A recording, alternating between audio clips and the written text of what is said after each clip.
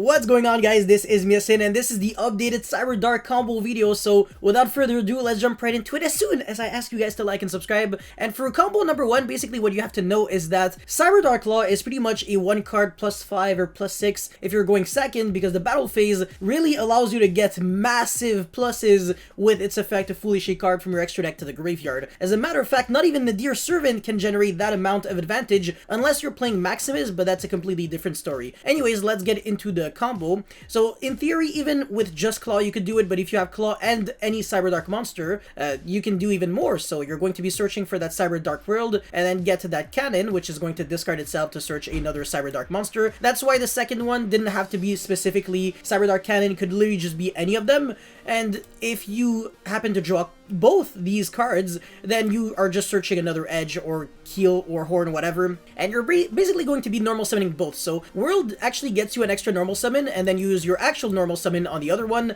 equip both, and then attack on battle phase. The cannon is going to be foolishing for Eldritch the Golden Lord. Really interesting card, you're going to see why. And then the other monster, so the other Cyberdark, is going to be foolishing for Herald of the Arc Light. Shoutouts to Alex Mondlak if you're watching this. You're the freaking legend who actually inspired me to play this card. I didn't even realize that you could legit send this card to search Illusion of Chaos to actually search for that Magician's Souls. This is actually insane. So we're not even close to being finished, of course. We're going to be searching Magician's Souls, stack the card on top, and then foolish it right away to special summon it. And then of course, this is the best freaking part ever. Really similar to how you can send 2 Metal Foes combination and Metal Foes, and even if you get ashed, it's all good because you're still going to be triggering both effects, which obviously trigger to get a +1, draw 1, and the recycle back from the graveyard to the hand. So insane. We're gonna have 4 cards in our hand already. After like 2 seconds, we started with 2 cards for our combo. And like I said, we're not done yet. So extra normal summon. We're actually not even going to be summoning that edge, by the way. We're going to be summoning the Claw, which is relevant because we drew Noctovision Dragon, which is a card that you can play even if you don't want to play a card like Eldritch the Golden Lord. You can still play Noctovision Dragon. It's a pretty good card to foolish off of the equip from the cannon. And the reason for that is because in the graveyard you can banish it and then protect your face down set cards from being destroyed by whatever Twin Twister, Cosmic Cyclone, etc. So when you're playing a trap deck, Noctovision is even better. In Dragon Link, it's already relevant because it can protect your Dragon Maid Tidying, but in a deck like this, which can actually set 4, this is super relevant. So yeah, now we're going Striker Dragon because this is a great way of special summoning a dragon monster. Well, a dark dragon especially. And now you're going to be summoning Noctovision, link it to Hieratic Seal, and draw 1. So this is the reason why Noctovision is just so good, because it allows you to extend into Hieratic Seal on top of drawing 1 card. So you're refunding your entire investment, and we're not done yet, of course, because this card has a super relevant graveyard effect. Anyways, we still have Eldritch the Golden Lord in the graveyard. So what could we do if you want 1 extra interruption, for example? Oh my god, I did it too fast. Oh, this is so sick, man. Eldritch doesn't have to specifically summon itself. So if you draw redundant hand traps, like 2 Ash or 2 Ghost Bell, or a hand trap that doesn't necessarily do anything against your opponent, nothing forces you to summon Eldritch. You can just summon one of those hand traps, and with that Magician's Souls, you can make a level 4 Herald of Arc Light again. So next turn, you can not only negate, but also it gets sent, and it actually triggers for once. Not just to search Soravis, but to search an actual good card that would search Magician's Souls again. So yeah, man. Mad negates with literally just 2 cards. You draw like crazy. You have so many options. If you didn't draw Noctovision or the field spell, whatever, changes nothing. You still have so much card advantage. But I'm going to show you another of the variations of this fork. Alright, so let's just say you don't want to go for the combo that I just showed you. This combo is also perfectly valid, and pretty much the starters are the same.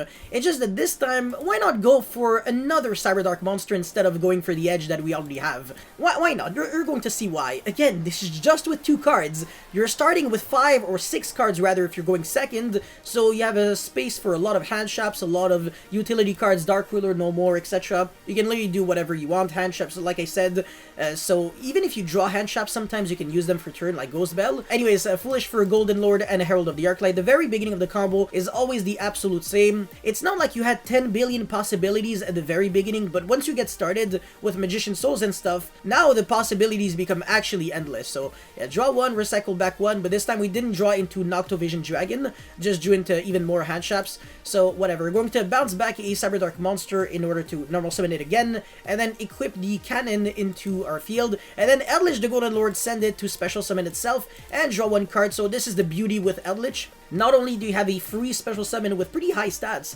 but also on top of that, you get to send your cannon and claw for free +1s every single turn, because yes, the effect to draw one from cannon is not once per turn, and the effect to recycle back from your graveyard to your hand with claw is also not once per turn. Absolutely ridiculous. So now you already have so much, and you can technically make Appaloosa for 4, as you can probably tell, because we have 4 monsters with different names, but I actually don't recommend it. I think just passing turn with all these monsters might be a little better, because you could, first of all, if you draw a card like Invasion, you can equip monsters to your monsters right away, but also you just apply so much more pressure on your opponent with having by having monsters that just apply passive pressure. Like if your opponent doesn't out the Magician Souls, for example, next turn you know for a fact that you're just going to draw again, and of course the the Golden Lord cannot be destroyed by card effects. So this is already really annoying to deal with, and next turn you can just put it into attack a monster, and then link off with it, summon it right away. So you just have so many possibilities. You can make a rank 4 Artifact Dagda, so if your opponent goes Lightning Storm, you can chain Dagda, set Scythe,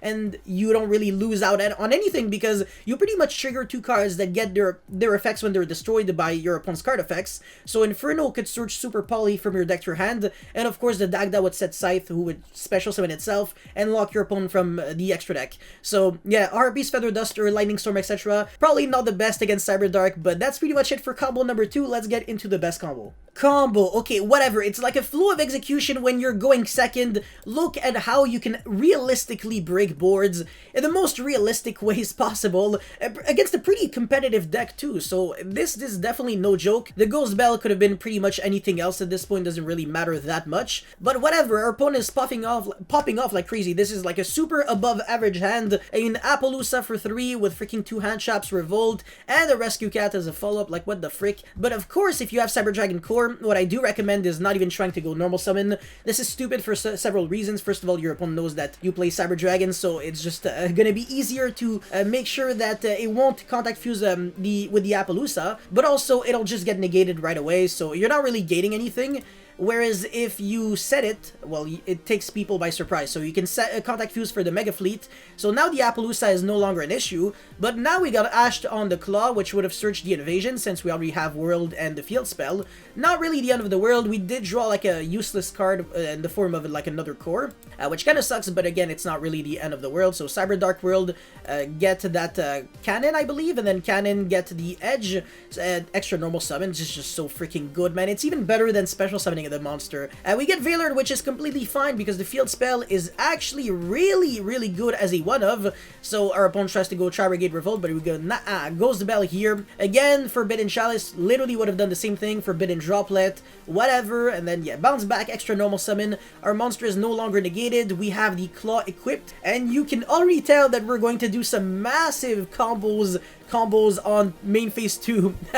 So yeah, search Magician Soul, send the Illusion of Chaos, special summon, and then send 2, draw 2, and recycle back 1. Absolutely freaking insane. And then make Protector Web. This could be another card in your extra deck. So in game 2 and 3, when you feel like you're actually going to be using this card, you could be foolishing for the Buster Destruction Sword. So if you still have access to your Cyberdark Inferno, you could actually bounce back the Edge and then equip back the Dragon Buster Destruction Sword, or you could just equip it right away with the Invasion. So it's all good during our opponent's standby phase, main phase, whatever.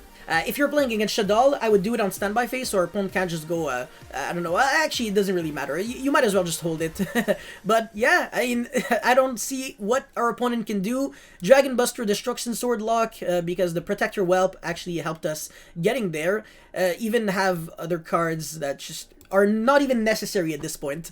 But that's pretty much it for this Cyberdark OTK, no, not OTK, Cyberdark Control combo video. If you guys have any comments or feedback, whatever, let me know in the comment section below. Again, as always, deck profile tomorrow coming up very, very soon. I'll see you guys next time. Peace.